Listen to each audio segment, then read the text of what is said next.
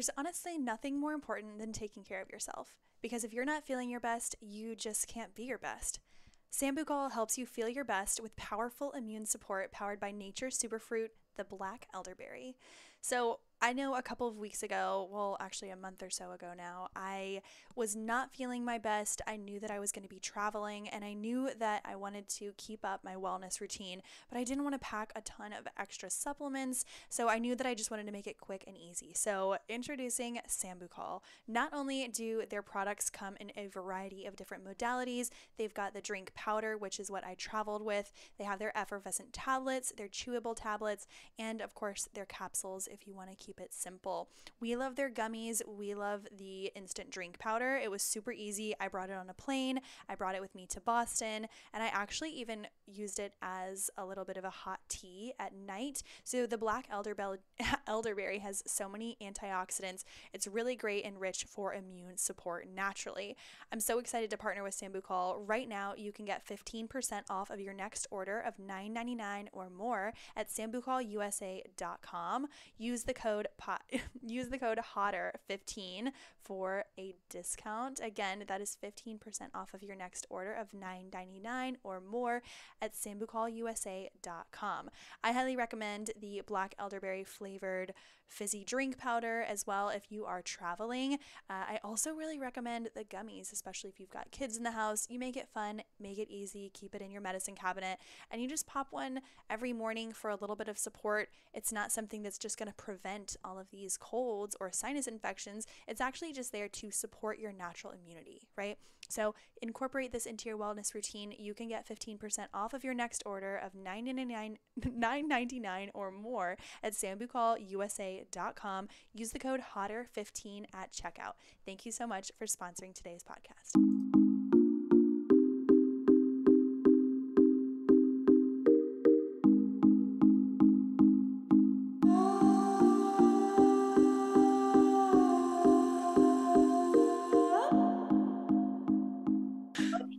I did not know by starting out a water bottle company that I'd be going through. Like, had I known all of the shit that I have to go through, some of it sounds like first world problems, but having people try to kidnap me, like, I did not know that would be a thing. And let's talk about that. I've never talked about this before. Why not? Well, I don't know. It's just not something that comes up, I guess. I mean, well, only if you're open to it, if it's something that you think is pertinent to who you are as a person. If not, you can just leave the people guessing. Yeah, no, it's okay. You're cool. We can chat. Well, if at the end of this you want me to cut it out, let me know. But otherwise, I'll keep it all in. But I can imagine that now having a young daughter, that probably brings up some other stuff. So what happened when you mentioned you almost got kidnapped? Hello, Hotter Than Health. Are we ready for part 2? I know last episode, the $1 billion bamboozlement with Travis, we heard all about his life. We heard about the creation of Hydroflask. We heard stories of his travels. That was all fun. That was all good. We ended with a doozy. If you haven't listened to the beginning, middle, end of that episode, I think it's really important to say that we need to remember that this is someone's real life that we're talking about. This is not just a book that we're reading or a podcast that we're hearing. This is someone who is living this as we speak. And without truly knowing that person, without knowing who Travis is as a business person, as a traveler, a seeker, and a father, it's challenging to appreciate what we're going to hear in the next episode. I also want to preface this episode by saying that this is not a political podcast. We are here to hear people's experiences. We're here to hear stories. We're here to be entertained. We're here to educate. We're here to try to add some layers of perspective to all of our lives, whether that be with the way that we look at food, the way we look at fitness, the way we perceive health in any certain way. As our experiences in our life expand, our perspective does as well. We were not just born to be in this box and live in this comfort zone for our whole lives. We are meant to have these experiences to broaden our scope. Travis is a clear testament to that happening exactly. Maybe he started out living life feeling one way, looking at things in a certain light, and after we hear a little bit more about what has gone on in his life, I think that we will appreciate a little bit more the different perspectives that he's cultivated. This is not to isolate anyone. This is not to put anyone down for any opinions that they have. This is just simply showing someone else's perspective and how it has evolved over time. If this is a different perspective from yours, whether it's forever, temporarily, don't shut it down just because it's different from yours. If this perspective is something that maybe makes you uncomfortable, maybe just sit in that, understand why it might make you uncomfortable, and then say, okay, maybe this isn't for me, but it's not a bad thing. It's just another opinion. This isn't here to push anyone or make anyone's statements, but it is just another way of making sure that we are giving a platform to people who have a different perspective, letting us know that it's okay to think differently and to think outside the box and to change your mind. Again, we might start thinking out one way and then something happens, an experience happens, and it causes us to shift our mindset. And I think that's healthy, and I think changing our minds is good, and it's creative and it's dynamic, and that's what we need. So I really appreciate Travis coming on. This next portion of the podcast episode, we go into his experience with potential kidnapping. We talk a lot about the back end of business, the nitty-gritty, and the things that we maybe don't see in the media, the things that we don't see in the news, and the things that maybe we should see. I don't know. That's my perspective, is that we will start to see a lot more of the cracks start to show, whether it is in our government, whether it's in the media, whether it is just in our own lives. I think that as we start to listen in and hear other people's stories, it'll start to enlighten us to a lot of different things. And I just want this to be entertaining, informative, and a conversation between two people who are curious. I'm so thrilled for you to hear the second part of Travis's episode. If this impacts you in any way, if you are entertained, if you like this episode, if you feel like more people should hear it, then please take a screenshot of listening to the episode, post it to your social media, and I will reshare it. We will do our best to get this out there. Please do what you can to share. As you know, we're always trying to build reviews. So if you are able to leave a review on iTunes, do so. And if you feel like using some keywords like nutrition, health, fitness, lifestyle, holistic, or whatever, any keywords that you think might be good for health, nutrition, wellness, fitness, lifestyle, fun, entertainment, just use some good keywords, not just thanks for the podcast. I mean, any review helps, but keywords help even more. And there's your lesson of the day for a little SEO. Without further ado, let's get Travis back onto the podcast. If you haven't listened to part 1, head back, listen to $1 Billion Bamboozlement part 1. This is part 2 with Travis Rosbach. I did not know by starting out a water bottle company that I'd be going through. Like, had I known all of the shit that I have to go through, some of it sounds like first world problems, but having people try to kidnap me, like, I did not know that would be a thing. And let's talk about that. I've never talked about this before. Why not? Well, I don't know. It's just not something that comes up, I guess. Well, only if you're open to it, if it's something that you think is pertinent to who you are as a person. If not, you can just leave the people guessing. Yeah, no, it's okay. You're cool. We can chat. Well, if at the end of this you want me to cut it out, let me know. But otherwise, I'll keep it all in. But I can imagine that now having a young daughter, that probably brings up some other stuff. So what happened when you mentioned you almost got kidnapped? Yeah, I had people who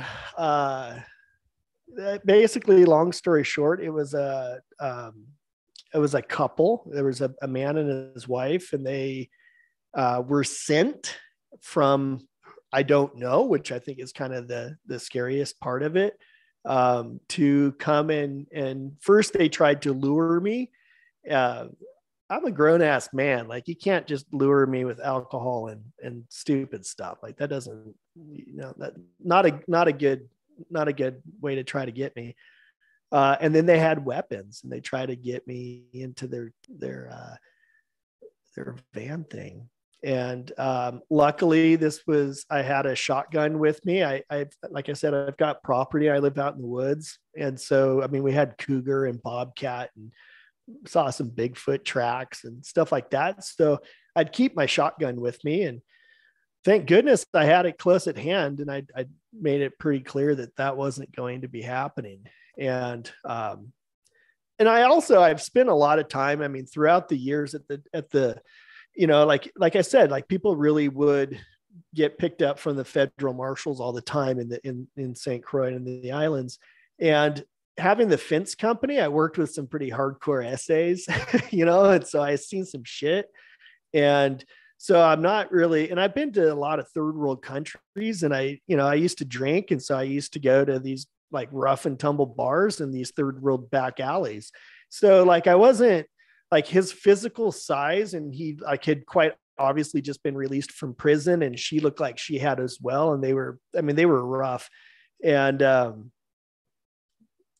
what was the setting? Were you in Portland? No, I was closer to home, and that's kind of what gets me too, is like, I didn't mean Portland. I meant Oregon. I'm sorry. Yeah. I was here in Oregon. Yeah. Wow. Yeah. And so when was that? Well, that was about 5 years ago. And then, just after that, like, I had a daughter, and some stuff happened there too, which I can't go into, but, it's not. And then I've had people steal from me. I mean, I had my financial advisor who works at a large money company that everybody recognizes. He was a client of mine at the fence company. He stole all my money just for the fuck of it. And that was. And he wasn't arrested for this or taken. Nope. The big bankers don't. There's a good old boys club. And water can really help people. I mean, we can really do a lot of stuff with water that the pharmaceutical companies don't want us to know about. And anytime I kind of start going down that road, I get black SUVs following me, and my mom and my daughter, stuff like that. So I had no idea the kind of shit that happens at a whole different level. I always thought that, like, the celebrities on TV were like really good people, and they were really kind-hearted and nice and fun. And then I met them, and I realized that there's a lot of dark shit going on. And I think that 2022, we're going to start finding out more and more about what's going on behind the scenes with a lot of the CEOs and a lot of the celebrities and a lot of the politicians. And I hope that we do. I hope that we can really put an end to a lot of this. I think that we're going to see a lot of people dying of COVID. Okay, good. And I don't mean, like our moms and sisters and aunts and uncles. I mean, the ones who deserve it. That's going to be the out, is they're going to say that they were taken by COVID. Oh, you think that that's going to be the label that they put onto those situations? It's easy. Yeah. To have people taken out and then just put a label of a blanket on it, like, here's a blanket statement that we can use for all of these people that we just took. Well, especially when there's financial incentives for big pharma and for hospitals to have COVID cases and people on ventilators. And this is, I want to make this clear that this does not make me a conspiracy theorist. This does not make me anti anything. It's really just a matter of, I started out feeling one way, but small bits of information, like we can find information to support any argument. But I only think it's fair if all of the information comes to the surface. And it's just, that's not what's happening. Like the fact checker for the number one source of news, Twitter, is an affiliate of a big pharma company who is delivering a big vaccine. So it's like all of these little things, it's really tough. It's harder now to not think, okay, there's a little, but why can't we just have a clean slate? Why can't we just have, pure facts and figures with all of the information without me being a bad person or canceled for saying these things? And that's what is really, really challenging. I can only imagine that when you've reached the upper echelon in your career that you have, you're put into a different category, and your opinions and your thoughts and what you do it's impactful. And people say follow the money all the time, and it's really true. Like growing up and reading Brian Tracy and Zig Ziglar and Jim Rohn and all those business books, like nobody ever told me like what the day after success would look like. I had no idea what would really happen. Like, sure, I had an okay idea as to where I would end up the day after success, but I had no idea the extent of it all. And the greatest thing I have is that other people are healthy and happy from drinking out of water bottles. Like it's not just Hydroflask. There's so many other knockoff bottle companies. Well, all of the bottle companies are knockoff after Hydroflask. Well, it's true. Vacuum insulated, right? So I'm happy because other people are healthy. But the toll that it took on Travis, myself, I don't know that I would do it again. And I know for a damn fact, I would not want my daughter to be the CEO of a large corporation. Mm-hmm. I would not want any of my loved ones. Like, I don't recommend that for, my friends and family and my loved ones. Wow. And last real question. And then I want just like a quick rapid fire for lifestyle. We'll end with some levity. What is the question that you wish people would ask you the most? You know what I would like? I would like people to ask how they can help me. I feel like all I do is help and help and help, and people take and take and take, and have took and have took and have took. And I think that, I'd love for somebody to just say, Travis, how can I really help you? Like, what do you need, man? Like, that would be awesome. Yeah. Well, I don't know how to answer, but that is the first time. That is the most authentic answer I think that we have ever gotten on the podcast, because that is the greatest form of true authenticity and understanding of yourself, is when you understand what you need. As a community, Hotter Than Health, myself as a friend, I can call you a friend now, what could we be doing to better support you, your mission? I need income. I need a passion project. And I had all my money stolen. I was sleeping on a trampoline just a couple of years ago. I've been through some shit. Mm-hmm. And, and I don't talk about that. I don't put it out there because that's not what people want to hear. But at the same time, I'm kind of tired of just talking about what people want to hear. And I talk about this brand, and the brand goes and makes more money. I don't make a penny off of it. I don't even drink out of those bottles anymore because I don't even get a discount. They cut my discount. They cut me. And then 4 years later, they put hundreds of millions of dollars into it, and then turn around and sold it for hundreds of millions of dollars.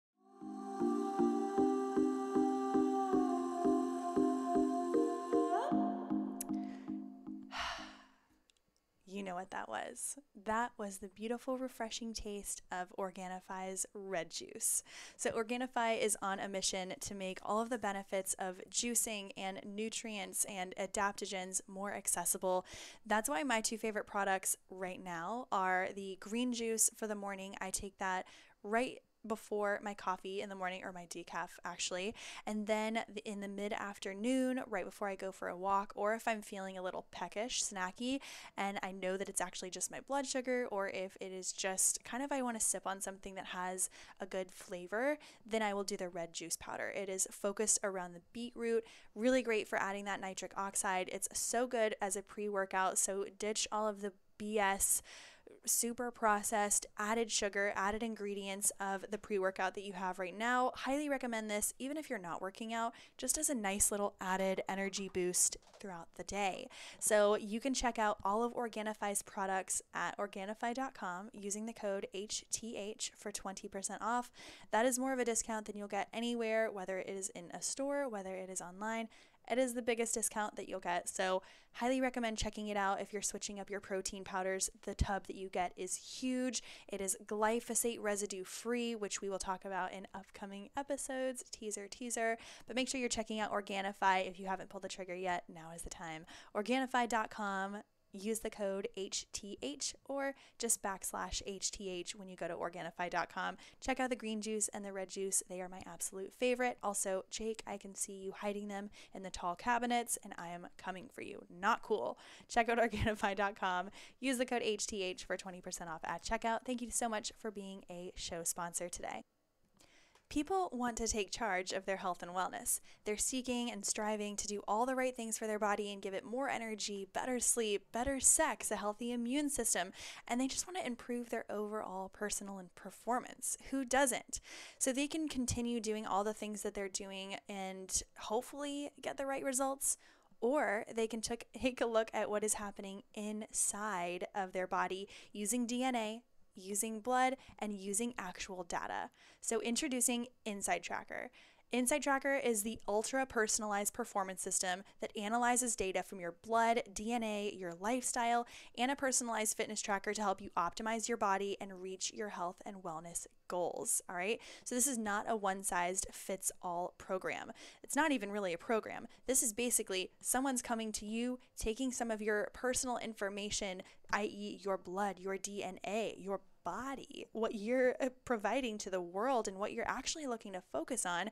And they're taking that information, they're spinning it around in a couple of vials, and they're figuring out what foods, what drinks, what amount of sleep, what details can you be adjusting in your lifestyle to optimize your energy, your digestion, your overall longevity. So they're not just looking at normal biomarkers. So they're going to show you the optimal biomarker zones and numbers that are best for your body. So you're not just going onto Google and trying to figure out exactly what your numbers should be or how you should be feeling. These are real time, a complete picture of your health and wellness using DNA, blood, and fitness tracking. I am so excited to partner with Inside Tracker. They're actually coming to my house this morning to draw blood and get that information for me. I am so thrilled, and I will report back exactly how it goes. But for a limited time, you can get 25% off of the entire Inside Tracker store. Just go to insidettracker.com/hotterthanhealth. Again, that is 25% off of the entire Inside Tracker store. Join me in figuring out what is going on inside of our bodies so that we can fully optimize our life, our energy, our sex, our immune system, everything. Go to insidetracker.com/hotterthanhealth. Again, insidetracker/hotterthanhealth.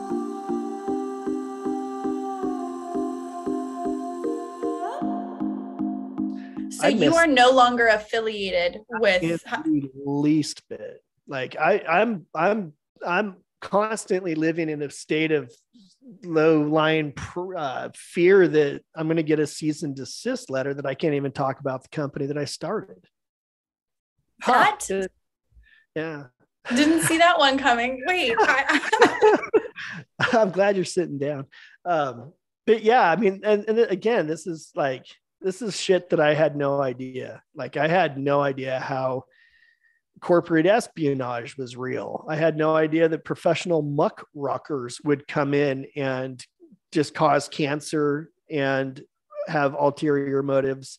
And I had no idea. I had no idea how the real world corporate ladder, like what you have to do to climb the corporate ladder. It's a lot like being a celebrity. You hear these stories about what especially the female, and the male celebrities have to go to get to the next level. It's kind of like that with the business world too. I mean, you got to do some shit that you may not always want to do, or you say no. Like I said, no, I don't want to do that. And now I'm paying the price.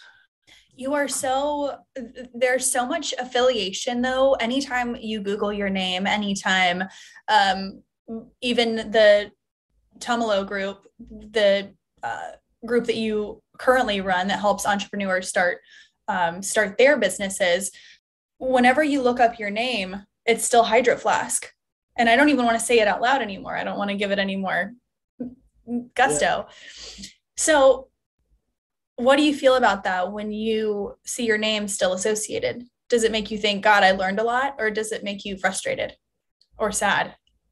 I'm kind of neutral with it. I am always appreciative to hear stories of people, how they feel better. And I don't mean to knock the company at all. I think that people drink, it's not like I put out a pharmaceutical product. Like if I put out a pill or something that's killing people, I would have just hid away and not ever, you would have never seen my face or known my name. But the fact that people are drinking water, I'm happy. It makes me happy to see people using water bottles in general.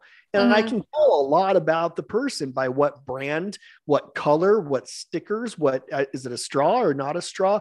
Like that's just kind of built into my psyche that I understand the human the human behind the bottle. And I love that. I love that people are predominantly drinking water, but also other liquids out of it. And that's awesome. This might be my favorite podcast that I've ever done. This might be my absolute favorite. And it's because you are so honest and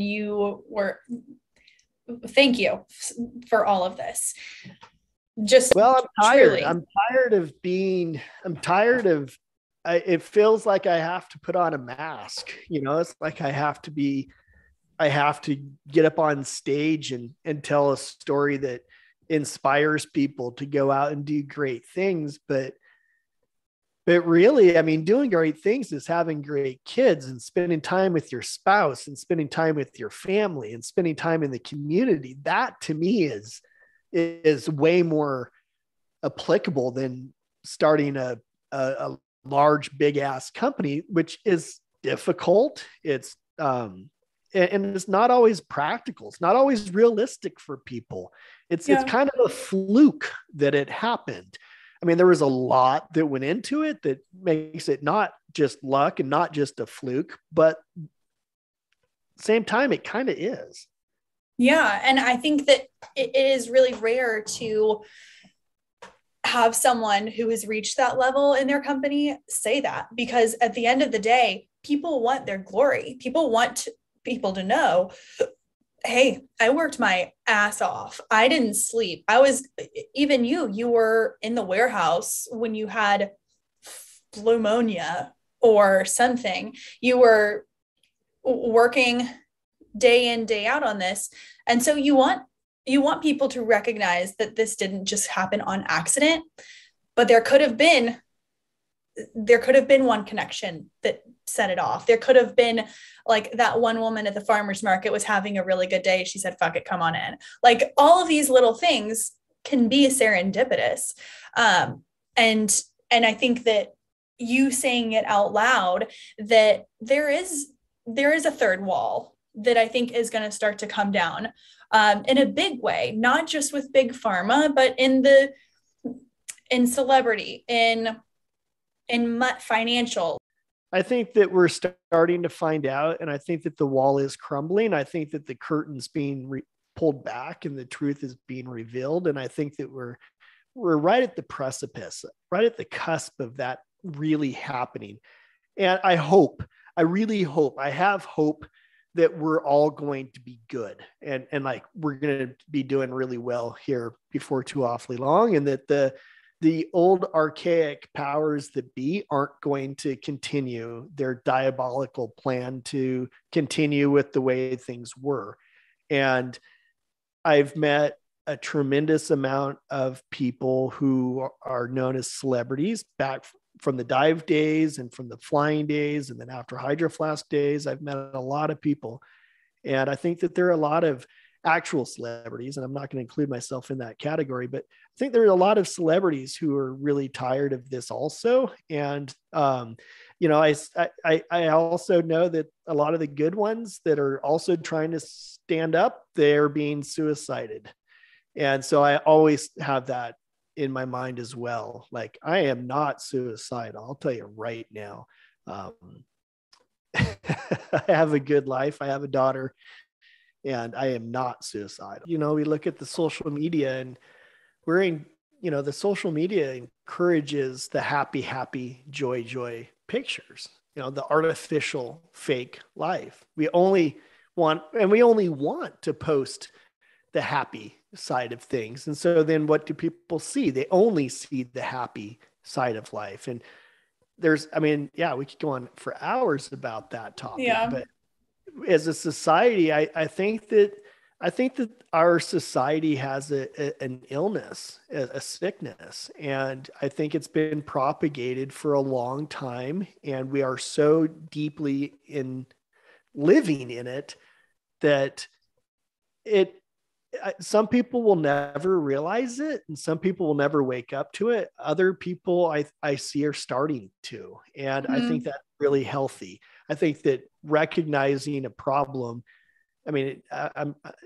recognizing a problem has got to be one of the first steps of overcoming it. And I think as a society, the next year or so is going to be really big for us, whether, we go and continue under totalitarian lockdown. I've spent a lot of time in China, and I've seen a lot of this coming over the years. Like we're in lockstep with what other communist countries are doing, and they've been doing for years and years and years. And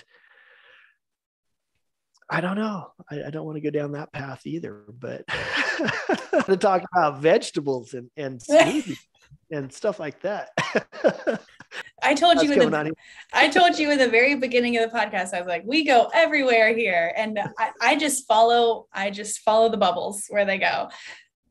It's easy to talk to you about smoothies and vegetables and all these things, because before we started recording, holy pivot, before we started recording, you mentioned that you don't necessarily have much of an attachment to food. You're like, it doesn't excite you necessarily, where some people, i.e. me, think about food all the time. And we're like, okay, already thinking about what we're going to do for dinner. Hey babe, what do you want me to cook tonight? He's like, it's 9 a.m. What, like, tell us what is your morning and your night routine? So are you a meditator? Do you need to put your feet in the earth? Do you have incense or sound bowls or elixirs and foods? What is your entire day? We'd like to hear it.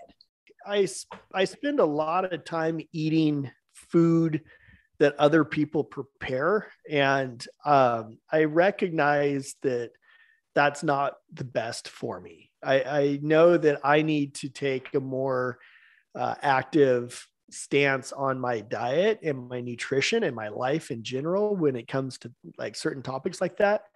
But I typically I have kind of a love-hate relationship with coffee, and I found some cold brew that I like. And so I've been partaking in cold brew the past couple months, but what's your love-hate? Well, I feel like coffee is an addictive agent. It's a chemical, right? And so it's kind of like I kind of see it as alcohol, like kind of. It's like I can have 1 or 2 beers and stop. But if I'm in the Caribbean and I have 5 or 6 beers, well, then I'm going into rum and Coke, and I'm going to just keep going until I black out. And so like if it's in August and it's hot and I've been working, sure, I'll have a beer or 2, but I don't want alcohol to be a captor. Like, I don't want it to hold anything over me, but I also want it to elevate the situation. Yeah. But at the same time, I don't want to be held hostage by it. Yeah. And coffee is kind of the same way. I feel like I want to be able to cut coffee at any given time. and not have negative ramifications of that action. I was just listening to a podcast episode the other day talking about morning routines and how some people are so rigid in their morning routines. And I definitely have gone through phases of that, but it's one of those things where it's great to have a morning routine and you set yourself up for the day and you're healthy and all these things. But if there's a time where if you don't do it perfectly, then it ruins your whole day. That's when you know it's becoming a little bit more of it's not so much a habit or a ritual as it is an OCD tendency, which comes from like anxiety and control. So I completely hear what you're saying with the coffee. It's like you want to enjoy it when you want to enjoy it, not because it needs to be enjoyed. Right. Yeah. Bingo. But yeah, you nailed it. That's very well said. That's spot on. And then I do typically eat, sort of 3 meals a day. And I sometimes I practice like snacking throughout the day and stuff. My daughter's dentist said that now we don't encourage snacking throughout the day. And so I'm not supposed to help her snack throughout the day, and what? So, yeah. What about like, what did he say about that? Well, he basically said that like, if they're snacking throughout the day, then they're not brushing their teeth. She only brushes her teeth twice a day, but she eats 4 times a day.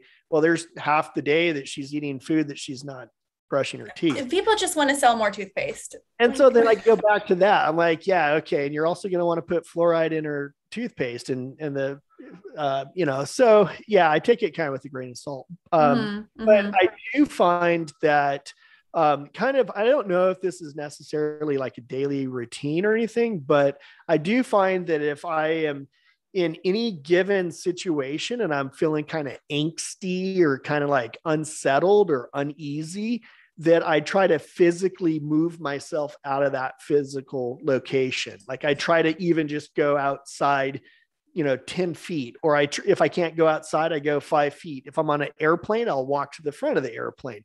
Like I find that if that energetic pocket is not suiting me, then I try to get out of it. That's so good. And then we just got another puppy. So now we're up to a few puppies. And so I take the puppies for a walk every night. And then we have a lot of chipmunks. And so we have cats because of the chipmunks. And so then now the cats come for walks with us, which is kind of cool. I know some people that would love to hear that. I never thought of myself as a cat person. I did not like cats at all, but now I've got this one. He's really cool. His name is Jacques. And he's got a lot cats are just animals. We have to just remember that like cats aren't always just like needing dough. Like they're actual wild animals also, Yeah. And I think you're absolutely right. Like when I get to see the cats out in the wild, like hunting and preying, and then the dogs are learning from the cats how to like pounce, it's really cool. So that's kind of like my nightly routine ritual. And if I have my daughter, then, she comes with me. If I don't, because I have my daughter half and half with her mom. And so if I don't have her, then I typically smoke like 1 joint and I just like have a great time walking the animals. That's the best. And then do you take any supplements? Are you watching any shows? Do you read books or meditate? No, I don't watch TV except for the fish. On the screen. I read a lot of books still. What's really cool. One really good side about, everything that's happened is like my library is pretty intense. Like I've got a really good library, and I have a lot of just doing podcasts and doing shows and just talking to people in the business world. I have a lot of good recommendations that people give me. And so I'm typically like right on Amazon hitting buy now every time I get a recommendation, and it goes in a someday pile. But again, back when I'm like 80 and I get to move back down to the Caribbean, I've got a ton of books to take with me. I love when you get in that book reading zone and you find one and then it just makes you want to continue, or you like find one author. What are some of your favorite fiction or easy read books? And then what are some of your favorite hard hitting books? I actually never really read fiction. I was always opposed to it because basically I felt like it was a waste of time, and I was never interested in fiction, especially science fiction. I always thought like, that's the biggest waste of time. And then I found that fiction can actually be fun. Who knew? And it can be a good escape. And so I just recently, the guy who invented the bamboo washcloths, or the bamboo paper towels, I guess, he recommended a book called The Journeyer. And it was one of those things where I just hit click buy, and it's about Marco Polo. And there are some cringy parts. There are some parts where I'm like, oh, I did not need to know that. I should not be reading this. And then I look at it as like a historical book, like it's a history book. I'm like, okay, that's good to know. Like that's how that culture operates. Yeah. But it turned out to be one of those books where it's a big, thick, dense book, and I did not want it to end. And so when it did end, I was kind of like, damn, not depressed. You're like ruined for all other books. Yeah, I'm like, I don't know that I can read any other books. I still really want to write my own book. I think that, like, and this is going to sound super duper egotistical, but like, I'd read it. Are you kidding? I'm going to turn this podcast into a two-parter because I'm just I'm telling you, and this is just, taking down the third wall. As soon as we hang up from this call, I'm going to do some breath work, calm down. And then I'm going to call the people that I told that I was doing this podcast with and be like, you guys are not going to believe this. Like, you have got to write a book. And I think if anything, it's so that you can do an audible version of it, an audiobook, because I think that'll be a really good game. That'll be a game changer. I don't know how long I'm going to be here for. So I feel like I need to get it out for my daughter, if nothing else. I feel like if I go, I at least want people to know the truth. When I go, I want people to know the truth, All you have to do is speak it into this microphone and download a transcribing app and speak your stories, and then go get an editor and just be like, can you put some commas in here? Truly, you're an orator, you're a storyteller. You've got skills that I think you can take anywhere. And that's how you make friends and connections, is by, that's how people will trust you.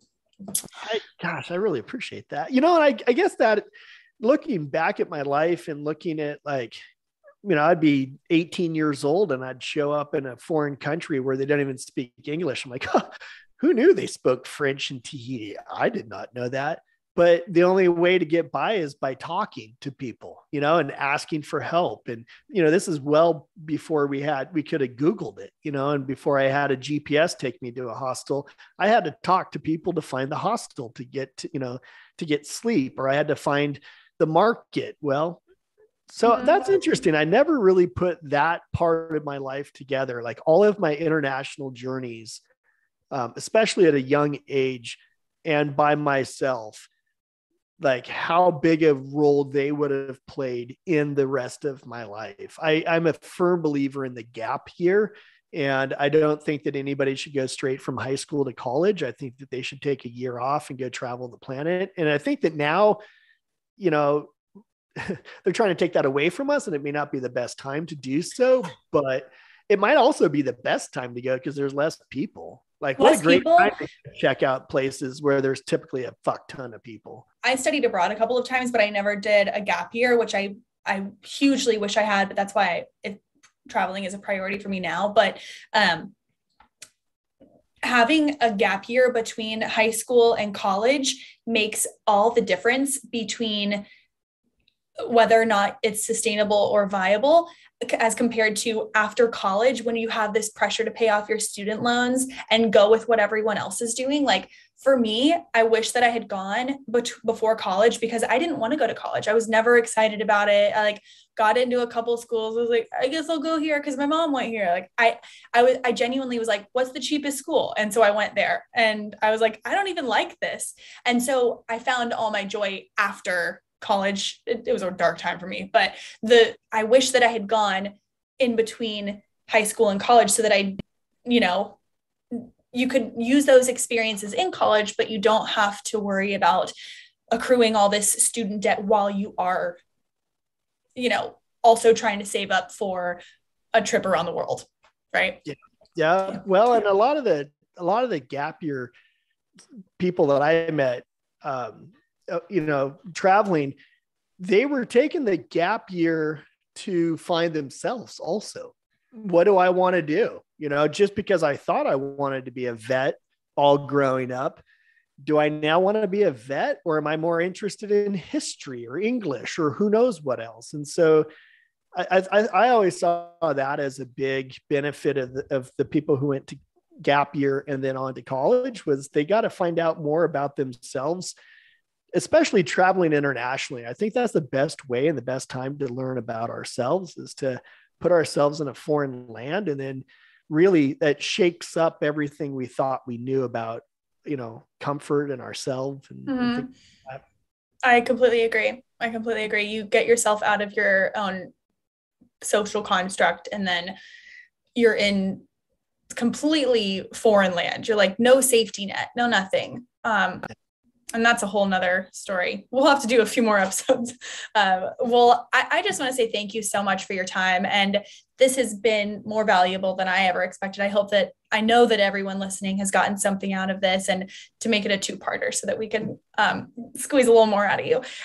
So I truly just am thankful to have met you and to know you. And anytime you're in South Carolina or even on the East Coast, let me know. We can do this in person, and it'll just be story time again. That'd be so cool. That'd be awesome, Liza. I appreciate that. I think in person would be super cool. I think that would be really cool. Yeah, thank you. Well, let's figure that out. I think that this would be a killer episode in person. Cool. Truly. Cool. All right. Well, before we let you go, what is one resource that you would like to leave our audience with? I would say go travel. Like, if you've been thinking about it, just go do it. If you've been thinking about starting a business, just do it. If you need help, let me know. I can help you. But just go and do. Just do. Yeah, just do it. Not the cheesy Nike slogan, but like, seriously though. Yeah, seriously, go just do it. I agree. And our whole audience is sending you only good things, only good thoughts, and calming wishes. Thank you so much for listening to this week's episode of Hotter Than Health, part 2 of the $1 Billion Bamboozlement with Travis. Again, I know that this was a pretty intense episode. If you got value from this, please write us a review. Tell us what you liked about it. Leave us 5 stars on iTunes so that we can make sure more people can organically find Hotter Than Health, the podcast. It is the greatest way to naturally grow any podcast. So if you want to support in any way, use the links in the show notes or leave us a review. Follow, subscribe, like, share, all that good stuff. And I'm so excited for our episode next week. I know you'll love that one as well. We will talk to you next Thursday.